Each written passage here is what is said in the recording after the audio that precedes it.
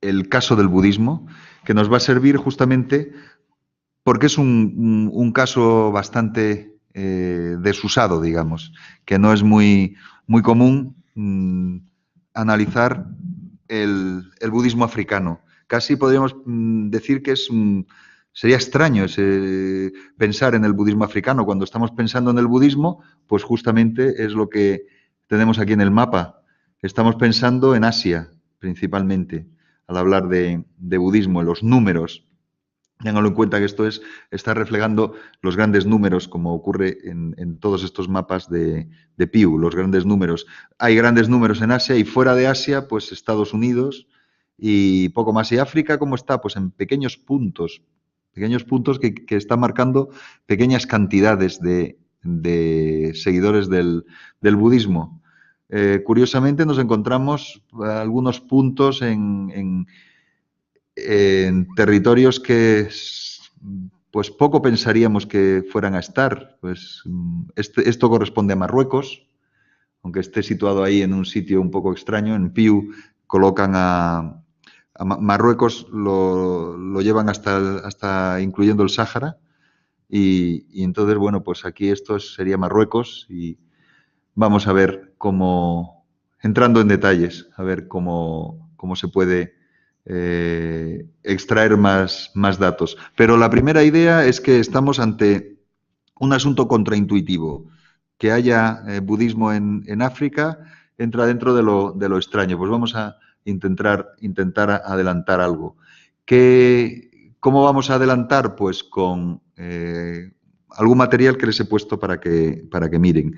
Por ejemplo, este trabajo del venerable Bhikkhu Buddharakkhita. Bhikkhu Buddharakkhita es este que aparece en la foto, es un monje budista ugandés.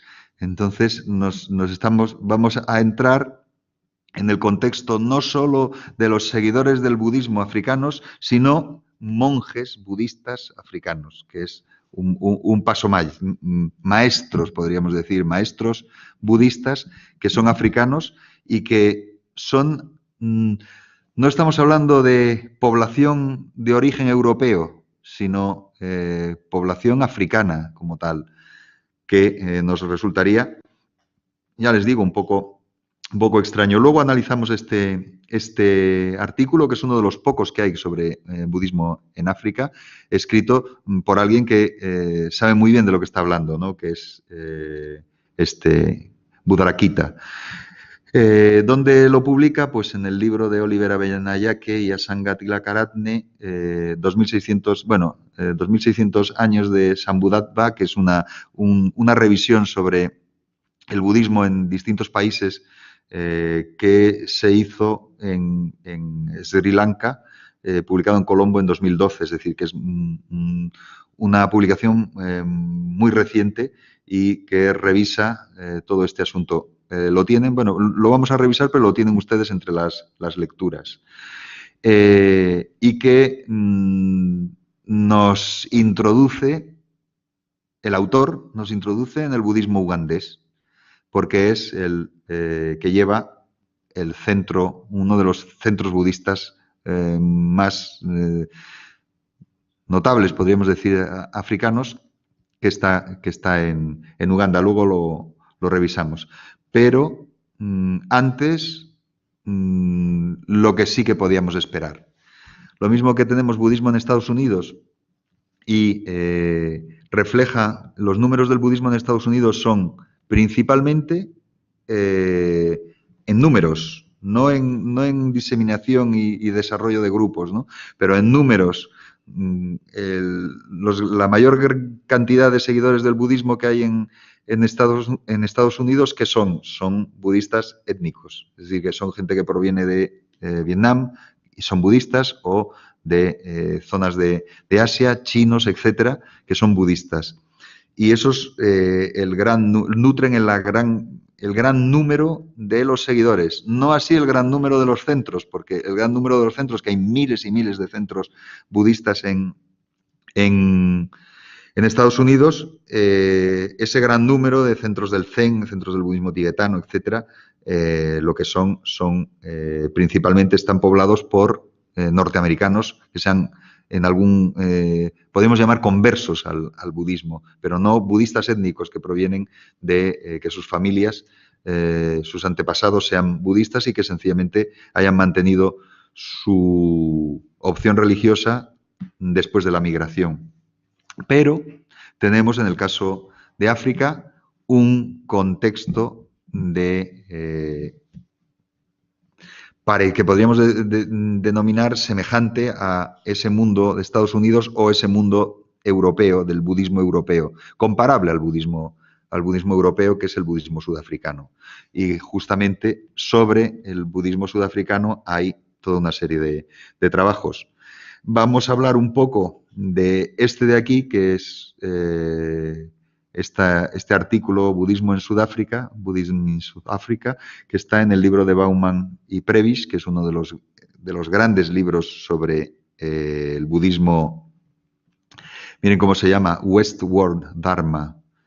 El budismo más allá de Asia. Es la gran síntesis que bajo la dirección de Martin Bauman es un profesor suizo que se ha dedicado a trabajar varios temas, en general minorías religiosas en Suiza, pero muy particularmente ha trabajado sobre el budismo en Suiza, budismo en Alemania, budismo en Europa y en general esto que llama budismo en Occidente. Y es el que lleva uno de las revistas especializadas en este tipo de temas, que es el JGB, el Journal of Global Buddhism, del cual luego veremos, echaremos un vistazo a una bibliografía sobre el budismo en Sudáfrica. Es decir, que sobre el budismo en Sudáfrica no es que haya un artículo o dos artículos, es que hay pues la posibilidad incluso de hacer una recopilación bibliográfica. Es decir, que hay bastante investigación, un cierto número de investigaciones sobre el budismo en Sudáfrica, porque es un tema que podríamos denominar relevante. Entonces, ¿qué es lo que ha ocurrido? Pues que el budismo en Sudáfrica encontró un lugar en el libro de Westward Dharma de Bauman y Prebisch de 2002. No tiene un lugar el budismo en España, por ejemplo. Y en cambio sí el budismo en Sudáfrica. Es decir, que en 2002 era un tema de investigación más relevante que el que podía ser budismo en España, a pesar de que en España en 2002 ya había más centros budistas de los que vamos a ver ahora que había en Sudáfrica o que hay en Sudáfrica. Pero lo que ocurre es que no había una investigación sistemática suficiente en el caso español, pero sí la había en el caso sudafricano. Entonces, bueno, pues también tener en cuenta esto, que a veces los temas de investigación son más conocidos porque hay una maduración de esa investigación o hay un grupo de investigación que lo ha trabajado de un modo sistemático. Y es el caso de Michel Klasken, que ha hecho, pues ha potenciado la investigación, por lo menos hasta un cierto momento, ha potenciado la investigación sobre el budismo en Sudáfrica. Ahora analizamos su artículo con un poco de detalle, pero yo les he puesto, lo que hace es, en el libro de Bauman Prebisch, un resumen en 10 páginas, pero yo les he puesto la versión completa. Vean que no se llama de la misma manera aquí se llama Michel Klaskin Johnson porque entre medias se casó y es muy curioso e interesante para entender un poco el planteamiento de este autor, que tomó el apellido de su esposa al casarse. Asunto que es normal que ocurra al revés, que la mujer cuando se casa toma el apellido del marido, pero no tan evidente que el marido tome el apellido de la mujer y que lo conecte con el suyo propio. Entonces, por eso, en un caso se llama de una manera y en otro caso incluye el Johnson también. Si pinchan, les he puesto el acceso a un libro suyo que es de libre acceso, es decir, que ustedes lo pueden ver y lo pueden leer por si les interesa.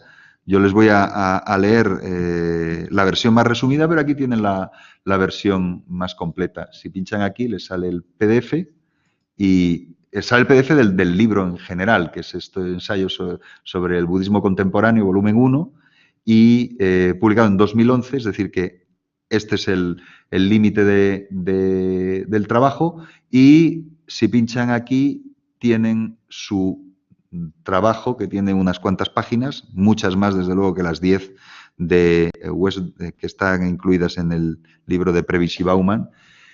Y bueno, aquí también lo explica. Aquí desarrolla plenamente las cosas que solamente en el libro publicado en 2002 pudo avanzar. Por tanto, esto si les interesa lo pueden leer y lo pueden revisar.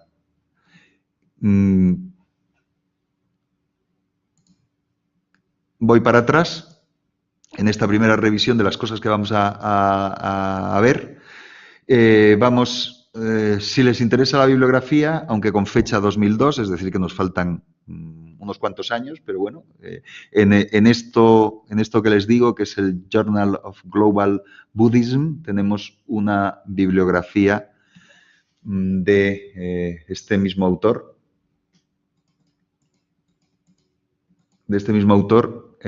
con las características específicas del budismo en Sudáfrica, o sea, trabajos sobre el budismo en Sudáfrica, pero también trabajos de budismo que han hecho sudafricanos. En ambos asuntos nos interesan particularmente porque las publicaciones que hayan hecho sudafricanos sobre budismo nos están marcando la importancia académica que puede tener o que tiene el budismo en el caso sudafricano. Pues este es otro de los elementos que tienen ustedes para trabajar y revisar. Y luego, pues vamos a entrar a darle una vuelta a una red budista mundial y a ver hasta qué punto la información que ahí aparece nos resulta satisfactoria, que es Buddhanet. Buddhanet es una red en la que se incluyen lugares, centros budistas, y vamos a ver el impacto en Buddhanet de la información sobre África. Pero antes, si les parece, antes de la explotación un poco sistemática de lo de Buddhanet, para ver hasta qué punto nos vale y nos puede llegar a satisfacer, les repaso rápidamente el artículo de Claskin sobre budismo en Sudáfrica. ¿Por qué? Pues porque hay cosas que son, desde mi punto de vista, muy interesantes y que nos conectan con asuntos que hemos visto anteriormente. Bueno, la primera idea es que los primeros budistas que pasan por Sudáfrica se pueden testificar en 1686. Es decir, que estamos hablando de un momento muy antiguo. Pero más interesante, en 1911, James Mackay hace un estudio en el que evidencia las similitudes artísticas entre las pinturas chinas y, asómbrense, las pinturas sobre roca de los San Bushmen, o sea, ya estamos ahí en el asunto. Entonces dice, hay similaridades. ¿Esto para qué nos sirve? Pues para poner entre paréntesis y plantear una vez más los problemas que hay en relación con, que podríamos denominar de carácter metodológico, que hay en relación con las interpretaciones de las cosas. Louis Williams, por un lado, y lo que decía, y este que dice que se parece a las pinturas chinas. Y él plantea que los San pues deberían de descender de una población mixta chino-egipcia que terminó en el este de África y que debieron de haber sido budistas. O sea que aquí nos encontramos que en vez de ser los chamanes San, nos encontramos con los San budistas. Ahí anda la interpretación.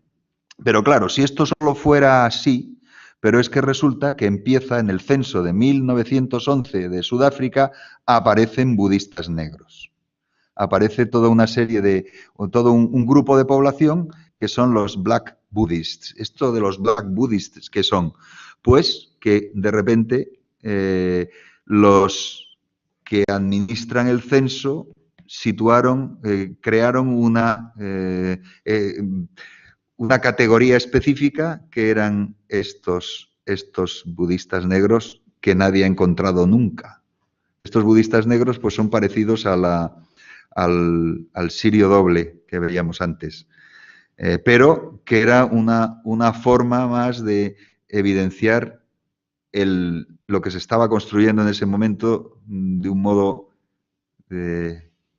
tremendo, podríamos decir, que es la percepción esa del apartheid en relación con lo que creían las poblaciones de color, ¿no? en Sudáfrica. Bueno, siguiente paso. ¿Qué es lo que nos encontramos? Pues con que sí hay budistas étnicos en Sudáfrica desde una época antigua, chinos desde el siglo XVIII, pero aunque hubiese comunidades chinas desde el siglo XVIII, que eran comunidades muy volátiles, que iban y venían, no tuvieron centro de culto. El primer centro de culto de las comunidades chinas en Sudáfrica es de 1992, que es el gran templo de la escuela Fo-Wan-Shan, que luego veremos cuando avancemos, que es el mayor centro budista de toda África. Es un templo con una serie de edificios alrededor para la docencia y para rituales y toda una serie de diversos asuntos que hacen que sea el mayor centro budista de toda África. Y luego, mucho más interesante desde mi punto de vista, que es la aparición de toda una serie de hindúes convertidos al budismo. Anteriores a las grandes conversiones que se desarrollaron y que terminaron construyendo en la India el llamado budismo Ambedkar, el budismo asociado a este gran político indio que fue Ambedkar. Pues antes de la predicación y el planteamiento de Ambedkar encontramos hindúes de baja casta y muy particularmente que se encontraban muy mal amparados por el sistema de castas del hinduismo y que buscaban algo que, por una parte, fuese asimilable a su mundo de la India, es decir, no escoger una religión que podríamos denominar foránea, ya fuese el cristianismo o la que fuese, sino una religión que pudiese tener, que ellos pudiesen detectar raíces en su propia cultura. Y entonces lo que hicieron fue hacerse budistas desde 1917, es decir, que estamos hablando antes de todo el desarrollo de la idea de Ambedkar. Y encontramos, hacen una asociación budista que incluye pues, un cierto número de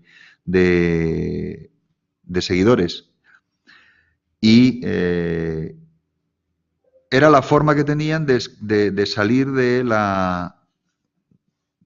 estricto sistema de castas que los hindúes habían introducido en Sudáfrica.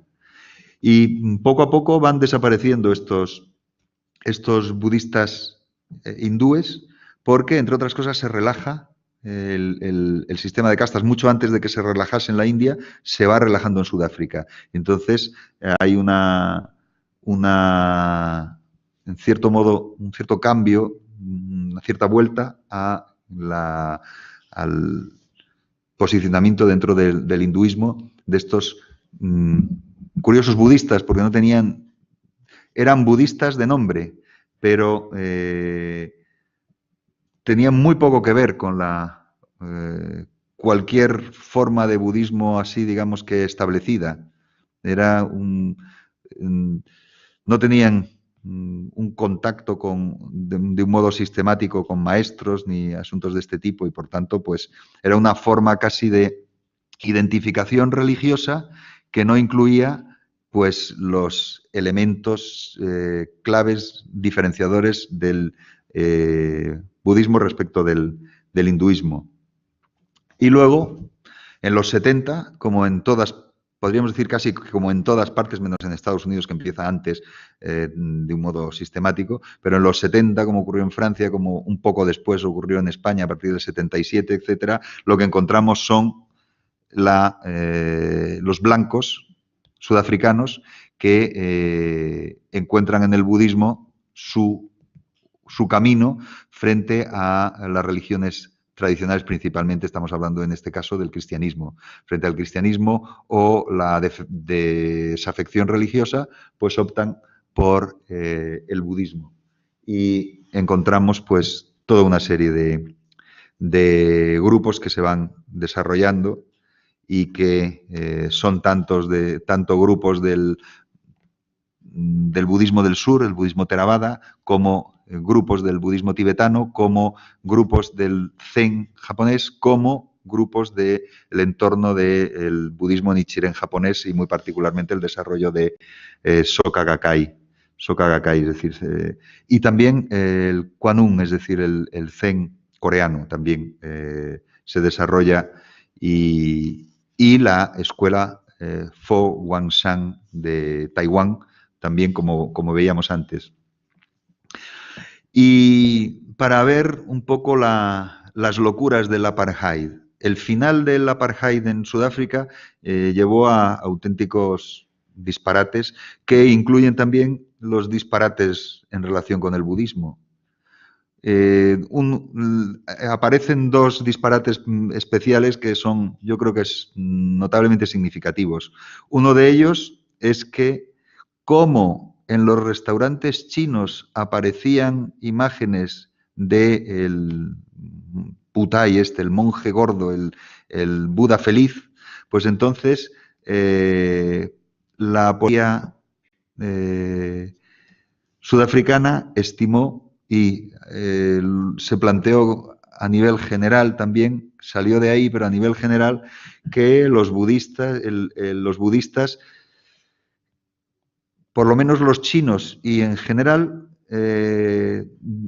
eran en realidad una especie de, bueno, eran comunistas disfrazados de, y que lo que había ahí detrás del budismo era células subversivas comunistas que iban desde los restaurantes chinos a desestabilizar. Primera idea. O la segunda, que nos encontramos uno de los maestros, era un occidental, uno de los maestros muy famosos que visitan en 1974, en plena locura del apartheid, visita Sudáfrica, que fue el célebre lama Anagarika Govinda, que era un alemán, que estaba casado con una Ligo Tami, que era una asiática. ¿Y qué les hicieron? Pues les intentaron meter en la cárcel aplicándoles el acta de inmoralidad porque era un matrimonio mixto y que un blanco en ese contexto del apartheid no podía tener relaciones con alguien que no fuera blanco. Uno de estos grandes maestros que escribió pues los fundamentos del budismo tibetano, por ejemplo, escribió Anagarika Govinda, pues con un trato inaceptable, ¿no? en este caso, ¿no? Nos encontramos este tipo de cosas curiosas y chocantes en el budismo sudafricano. Bien, pues vamos a dar el siguiente paso. Después de darle esta vuelta al budismo sudafricano, vamos a intentar ahondar un poco en qué nos encontramos en BuddhaNet, en este directorio budista internacional. ¿Qué nos encontramos para el caso africano? Para el caso africano, bueno, lo primero que nos encontramos es que parece como si en Marruecos hubiera algo. Pinchamos y no encontramos nada. Aquí pasa algo.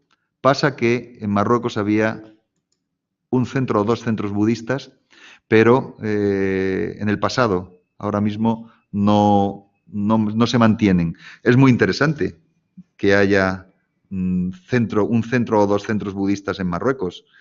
Tiene que ver con lo que antes también se detectaba en el PIU. En un país musulmán, diversidad religiosa, y este tipo de diversidad religiosa, que es la del budismo, que es una religión atractiva también para los turistas, por ejemplo, atractiva en ese entorno del mundo del turismo. Pero, bueno, pues ahora mismo no está. Vamos a ver los diversos países en los cuales aparecen centros budistas y nos encontramos que destacan 63 centros. Pero, ¿cuáles son los más notables?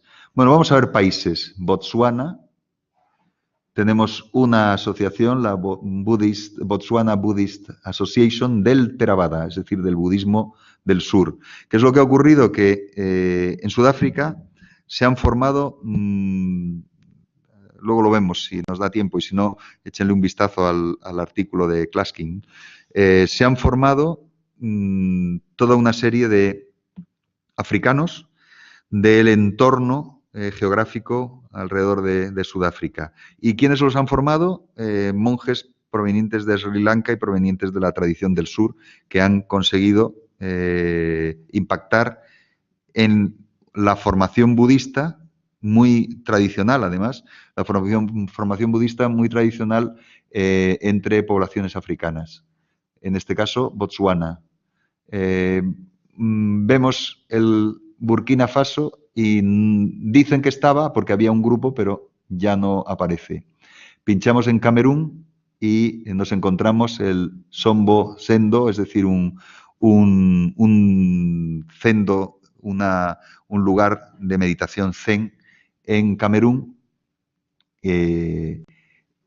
Pues interesante porque van entrando otras formas, en este caso, del zen, que tan importante ha sido, el impacto del zen ha sido muy importante en Francia, y el impacto de Taisen de Shimaru, que fue el gran diseminador del zen a partir de los años finales de los 60 en Europa, se centró en Francia y ha tenido muchos discípulos y un cierto impacto, que eso puede permitirnos entender la presencia en Camerún. Estamos viendo esto para que vean que es un pequeño centro en un sitio, otro centro en otro. En la República Democrática del Congo, un centro budista de la tradición vietnamita, budismo vietnamita. En Ghana encontramos la Mahabodhi Society, otra vez del Theravada, del budismo del sur, y otro centro,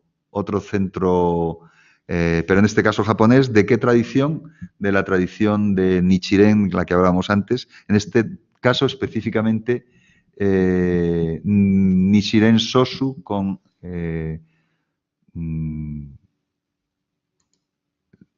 tierra pura japonesa, o sea, modelo Nichiren. Seguimos con Costa de Marfil, y en Costa de Marfil un centro zen y un centro vietnamita.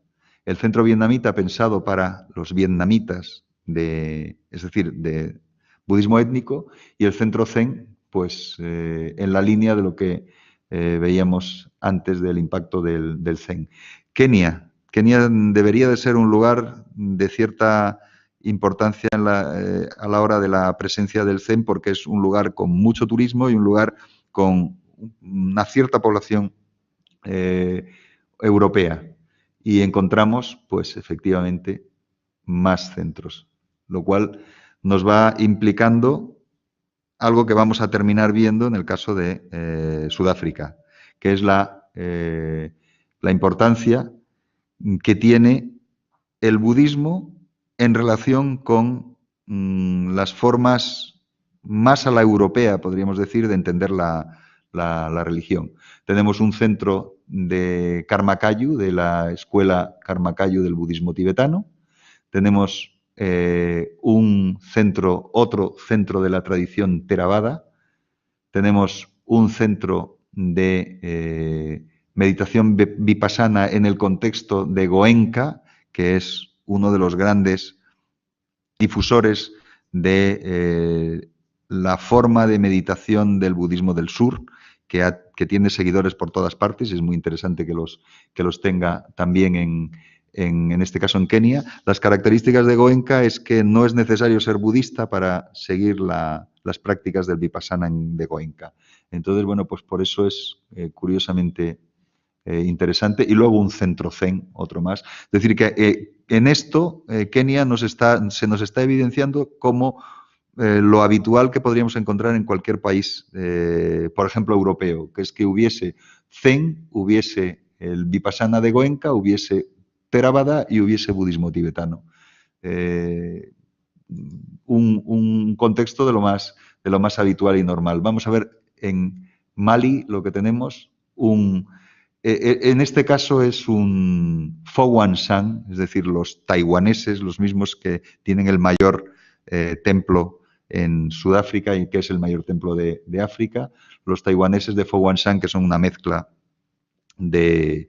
La base es de budismo tierra pura, pero con elementos de las otras escuelas del budismo chino. Estos son chinos. Y una asociación de el modelo Nichiren Soka Gakkai. Modelo Nichiren, pero del budismo de Soka Gakkai, que es el budismo que ha desarrollado Daisaku Ikeda y que tiene centros por todo el mundo. Si tuviéramos tiempo, podría ser interesante, en vez de mirarlo desde aquí, mirarlo desde Soka Gakkai, la red Soka Gakkai. Lo pueden hacer ustedes muy fácilmente. Entrar en Internet, entrar en Soka Gakkai y ver los centros que hay en todo el mundo y ver, por ejemplo, en España hay 4 centros, y ver los centros de Soka Gakkai en el continente africano en relación con los demás lugares. Marruecos ya lo hemos visto, Sudáfrica nos lo dejamos para luego, para el final del todo. Tanzania, un centro budista en Tanzania del Theravada, y ya estamos encontrando el Theravada alrededor en toda esta zona del África, de la parte del sur. Uganda, vamos a encontrar el centro de quien ya conocemos, que es el Bhikkhu Buddharakkhita, el que ha escrito el artículo que tienen ustedes para leer. Pues el centro de Uganda, no nos extraña que esté ahí. Y Zimbabue, Rokpa Zimbabue. Rokpa es una red, funciona como una ONG asociable a un maestro que asesinaron en el Tíbet hace unos años, que es Akon Rinpoche, y que es una ONG de ayuda al Tíbet. Y curiosamente, pues en Zimbabue tenemos esto, un centro asociado con la Fundación Rokpa de Akon Rinpoche, que a su vez es budismo Karma Kagyu, y uno de los maestros, Akon Rinpoche junto con Chogyam Trungpa fueron los 2 primeros maestros tibetanos que fueron a Occidente. Akon Rinpoche se quedó en Europa y Chogyam Trungpa se fue a Estados Unidos, y fueron los grandes diseminadores en Europa y en Estados Unidos del budismo tibetano de la escuela Karma Kagyu. Bueno, y vamos a Sudáfrica, y aquí pues vamos a encontrar bueno, así de principio la lista se nos hace más larga y ya podemos buscar por territorios. En vez de hacer eso, vamos a verlo cómo es esta lista, pues es una lista muchísimo más larga. Esto es Equivalente, tiene incluso una página más. Esto es equivalente a lo que podríamos encontrar en cualquier país europeo. Es lo habitual que podríamos encontrar en un país europeo, no es de extrañar. Y nos sirve para ubicar a Sudáfrica. Mejor que ver el cristianismo en Sudáfrica, mejor que ver, porque el cristianismo lo tenemos en Sudáfrica, pero lo tenemos también con porcentajes muy altos en otros países alrededor de Sudáfrica.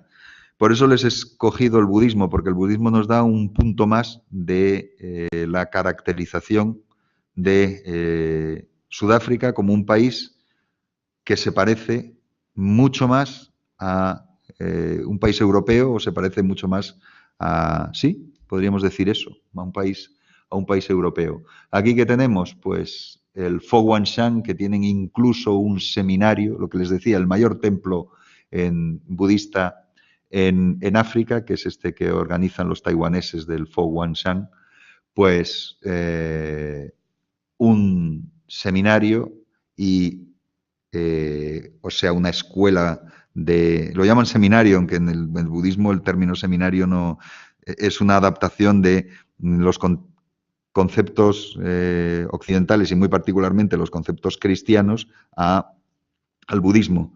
Es decir, es una escuela de formación y de estudio, ¿no? Pues aquí lo tenemos, pero lo llaman así, African Buddhist Seminary, ¿no? Luego un centro de Fo Guangshan otra vez, de nuevo, del mismo grupo. El Bloemfontein Meditation Center, otra vez de Fo Guangshan. Por tanto, tres centros de este grupo chino, pues resulta muy notable. En España no hay 3 centros de Fo Guangshan.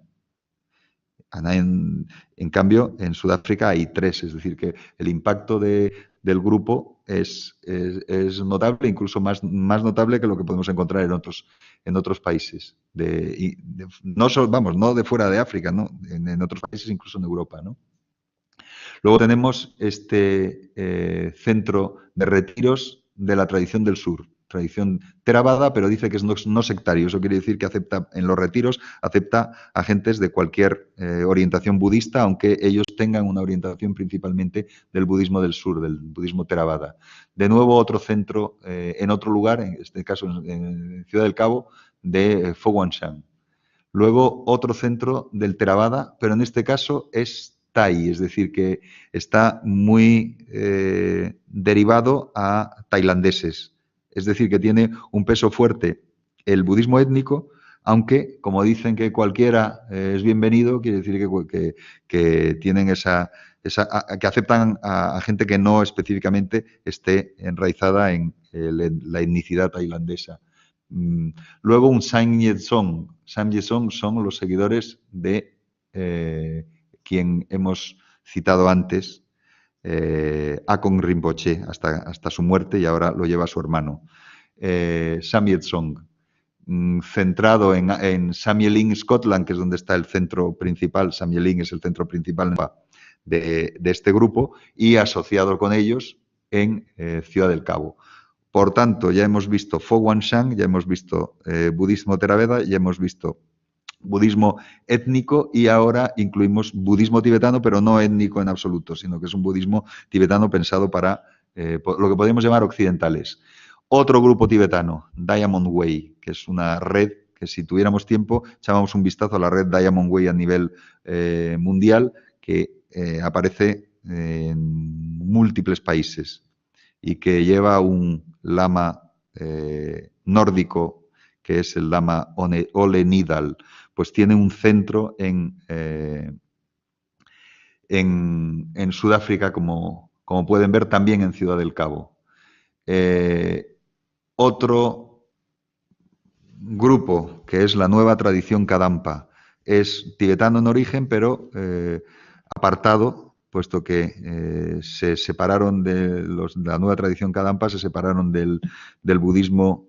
Estos eran de la escuela del Dalai Lama, de la escuela Gelugpa, pero se separaron y plantearon una nueva forma, que es el budismo Kadampa, tienen su centro en Gran Bretaña. Es decir, que esto está asociado con ese y es centro Kadampa en Durban.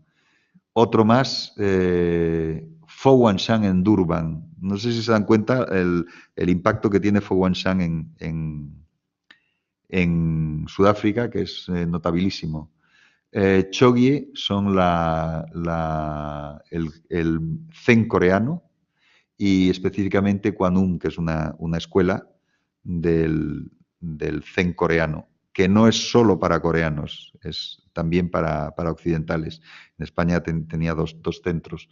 Por tanto, no es Zen japonés, sino Zen coreano. Bueno, en realidad el Zen coreano tendríamos que llamarlo Song, que es como se dice, ¿no?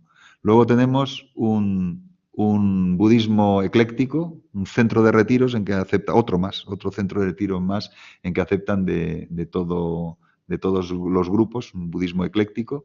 Es decir, que no solo hay las escuelas habituales, sino incluso esas formas modernas totalmente occidentales de budismo, como puede ser ¿no? Otra vez Goenka, ya lo conocen, un centro de Vipassana de Goenka, o un centro Gelugpa, del budismo tibetano Gelugpa, pero en este caso sí seguidores del Dalai Lama, en Durban.